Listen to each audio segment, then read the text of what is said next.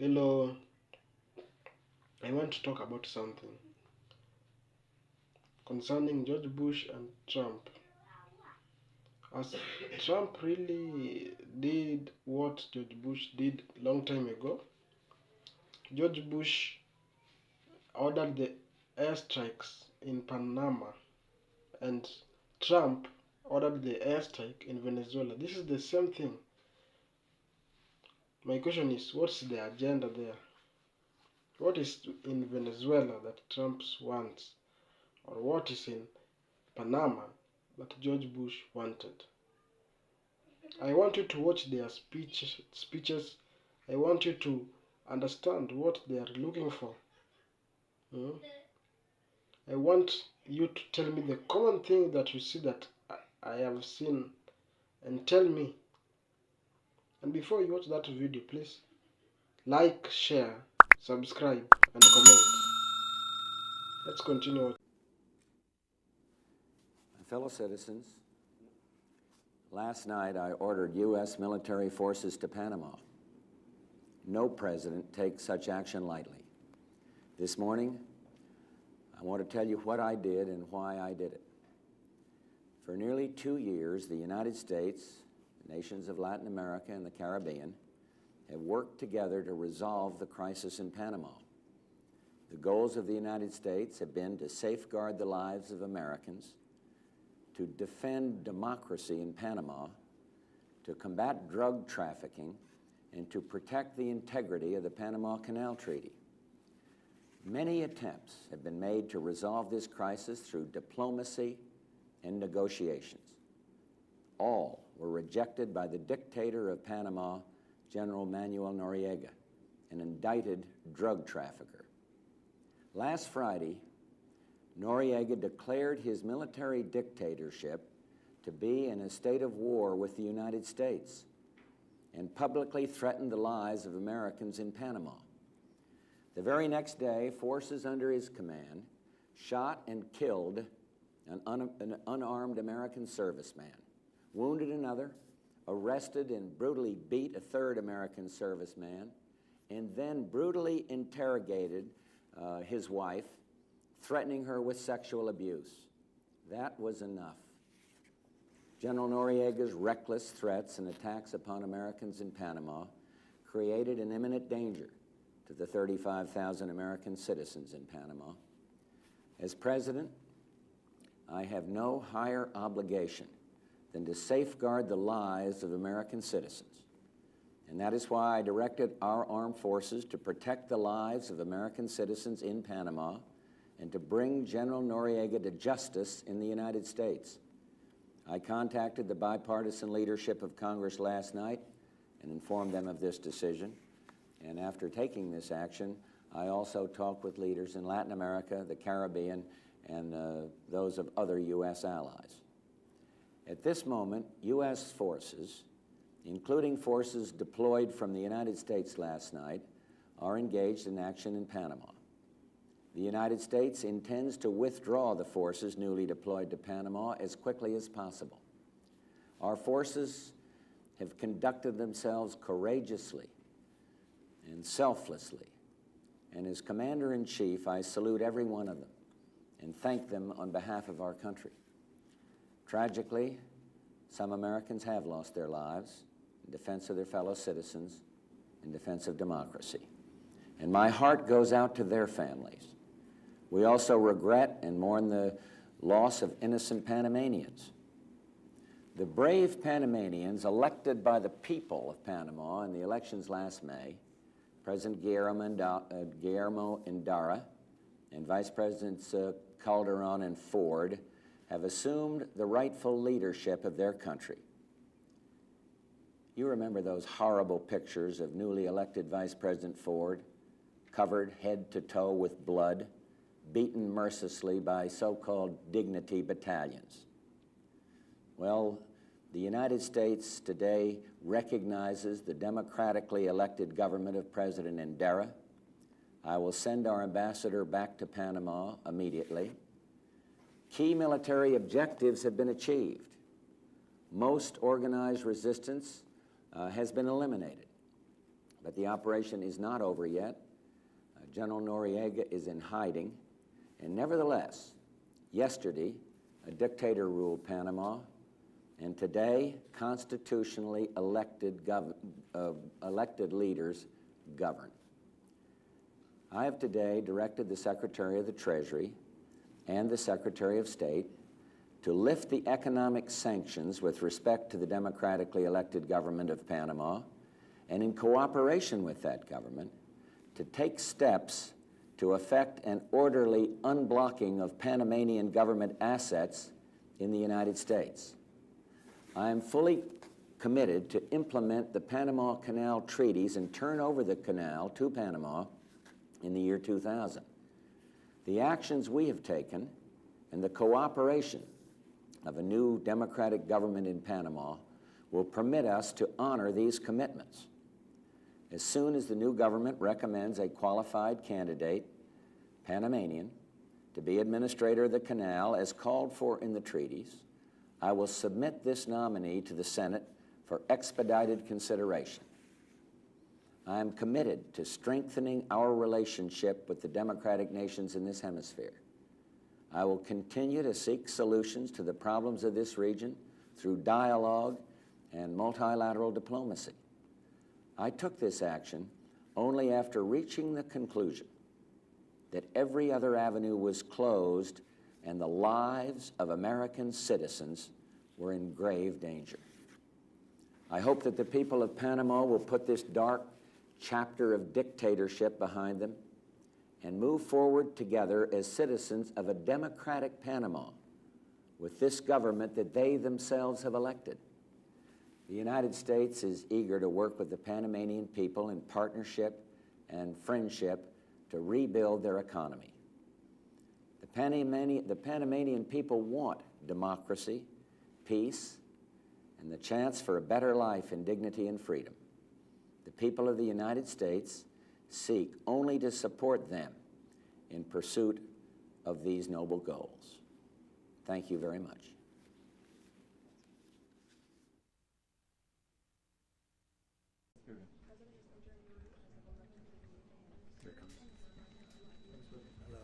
Mr. President.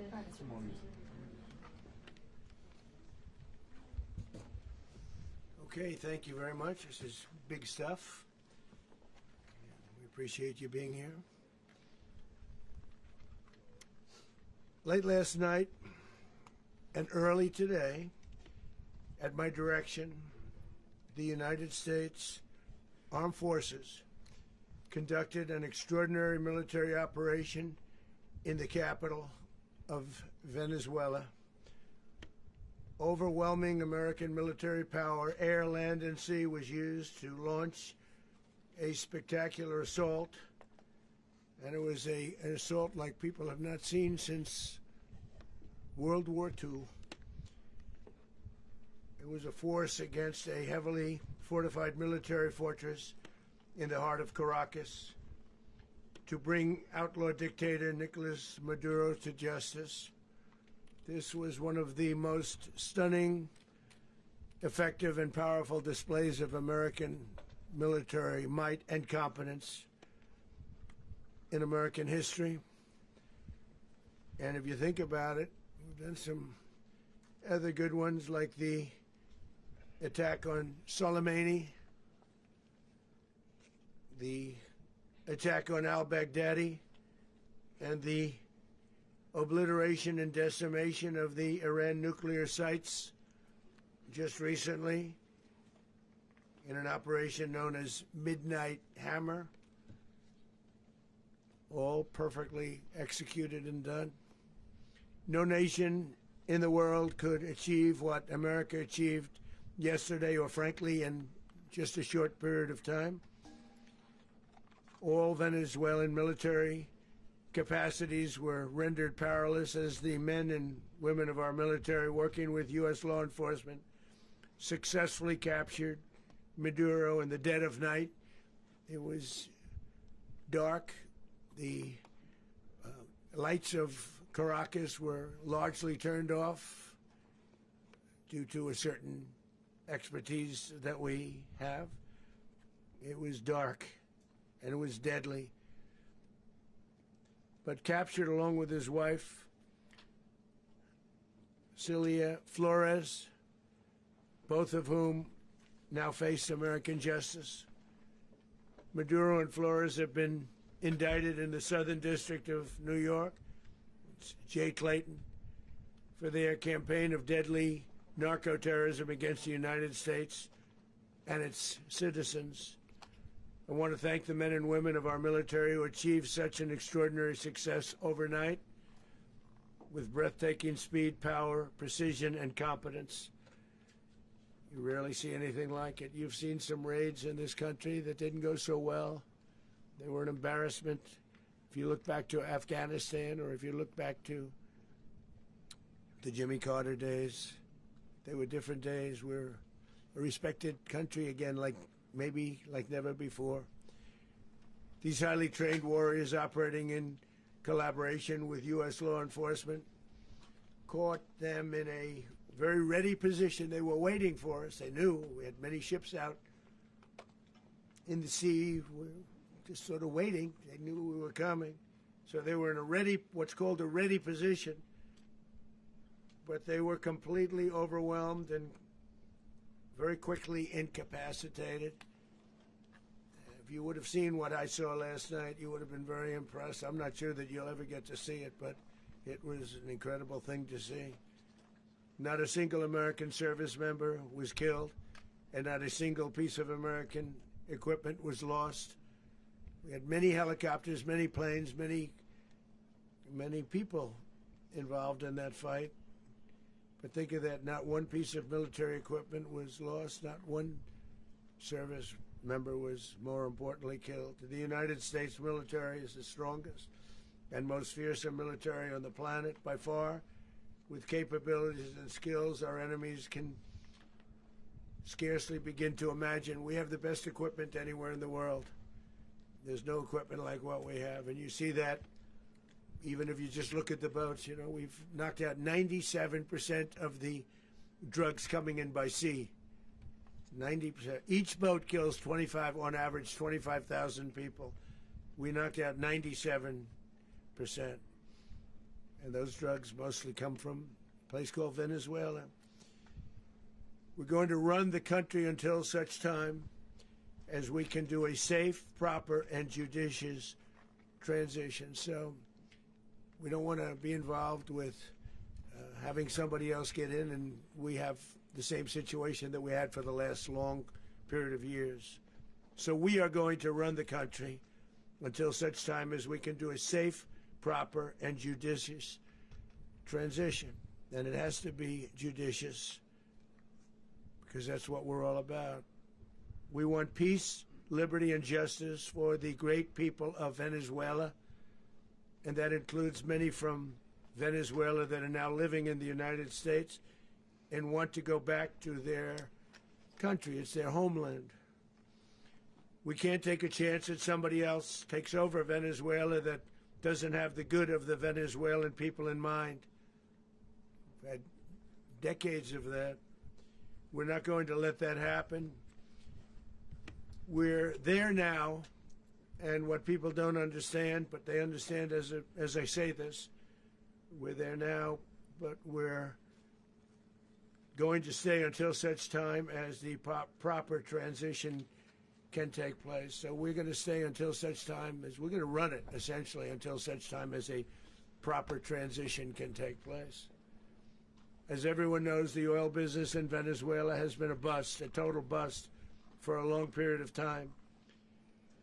They were pumping almost nothing by comparison to what they could have been pumping and what could have taken place. We're going to have our very large United States oil companies, the biggest anywhere in the world, go in, spend billions of dollars, fix the badly broken infrastructure, the oil infrastructure, and start making money for the country. And we are ready to stage a second and much larger attack if we need to do so. So we were prepared to do a second wave if we needed to do so. We actually assumed that a second wave would be necessary, but now it's probably not.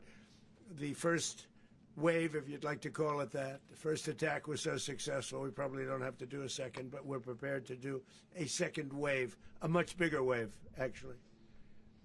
This was pinpoint, but we have a much bigger wave that probably won't have to do. This partnership of Venezuela with the United States of America, a country that everybody wants to be involved with because of what we were able to do and accomplish, will make the people of Venezuela rich, independent, and safe. And it will also make the many, many people from Venezuela that are living in the United States extremely happy. They suffered. They suffered. So much was taken from them. They're not going to suffer anymore. The illegitimate dictator Maduro was the kingpin of a vast criminal network responsible for trafficking colossal amounts of deadly and illicit drugs into the United States. As alleged in the indictment, he personally oversaw the vicious cartel known as Cartel de las Solas, which flooded our nation with lethal poison, responsible for the deaths of countless Americans, the many, many Americans. Hundreds of thousands over the years of Americans died because of him. Maduro and his wife will soon face the full might of American justice and stand trial on American soil. Right now they're on a ship. They'll be heading to ultimately New York, and then a decision will be made, I assume, between New York and Miami or Florida. But we have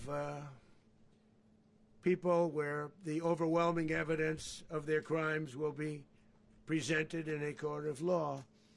And I've seen it. I've seen what we have. It's both horrible and breathtaking that something like this could have been allowed to take place.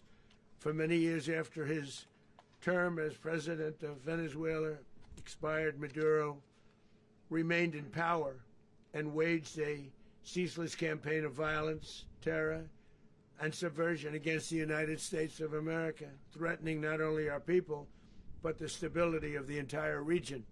And you all saw it. In addition to trafficking gigantic amounts of illegal drugs that inflicted untold suffering and human destruction all over the country, all over in particular the United States, Maduro sent savage and murderous gangs, including the bloodthirsty prison gang Tren de Aragua, to terrorize American communities nationwide. And he did indeed.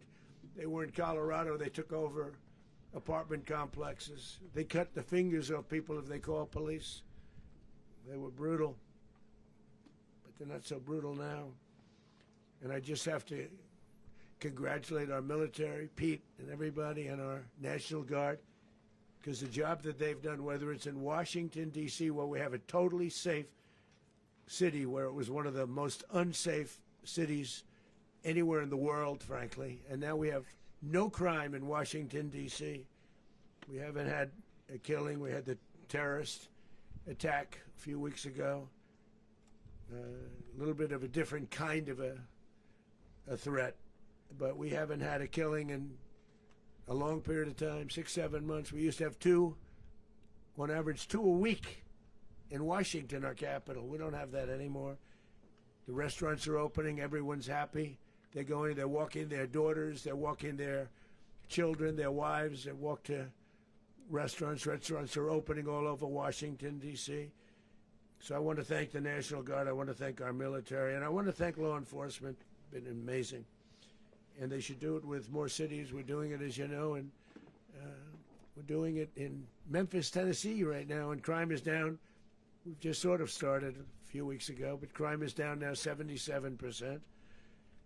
And the governor of Louisiana called, great person, and he wanted us to help him, as you know, in a certain very nice part of Louisiana, and we have done that. And it was a rough section, and we have crime down. I understand it's down to almost nothing already after 2.5 weeks. New Orleans, it's down to almost nothing, and we've only been there for 2.5 weeks.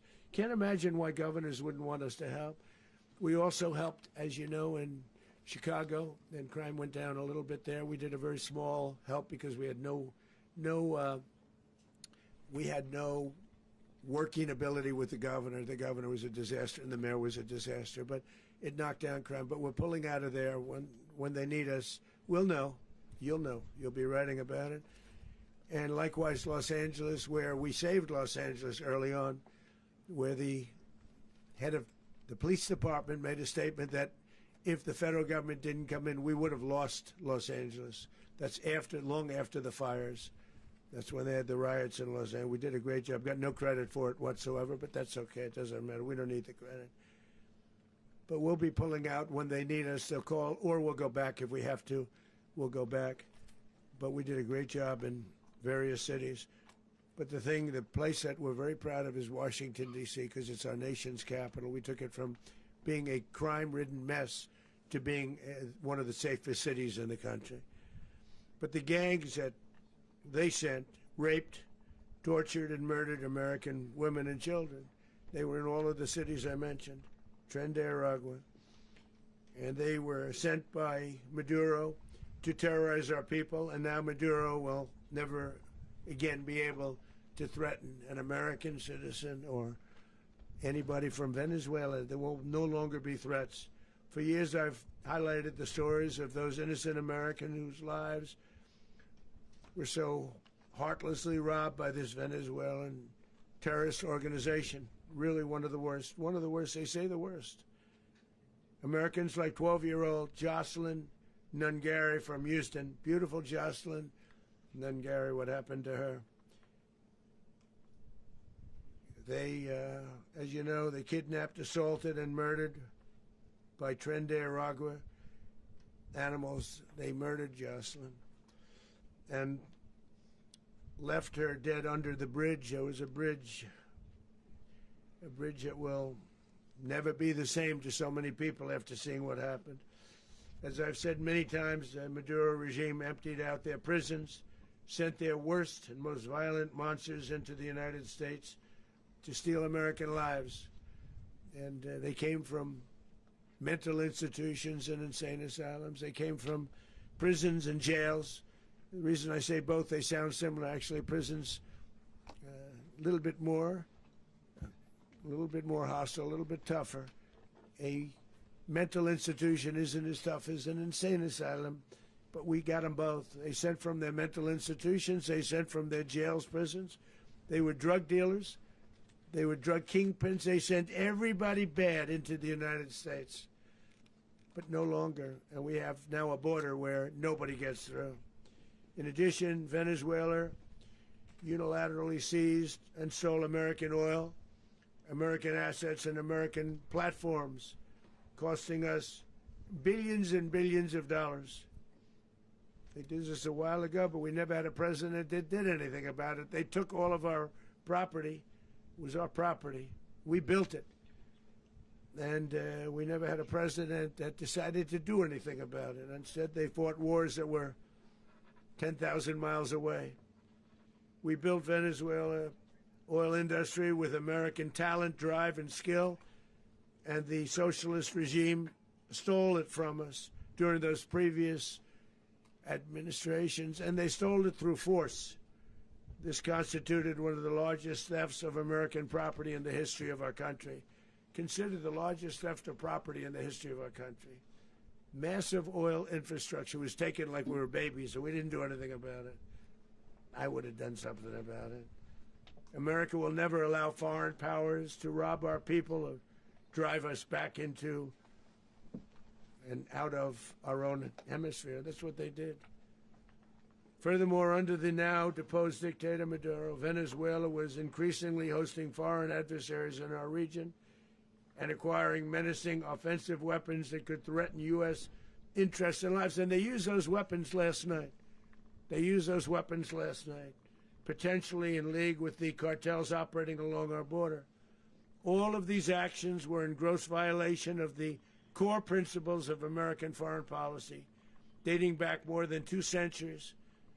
And not anymore. All the way back, it dated to the Monroe Doctrines. And the Monroe Doctrine is a big deal, but we've superseded it by a lot, by a real lot. They now call it the Monroe Document. I don't know. It's Monroe Doctrine. We sort of forgot about it. It was very important, but we forgot about it. We don't forget about it anymore. Under our new national security strategy, American dominance in the Western Hemisphere will never be questioned again. Won't happen.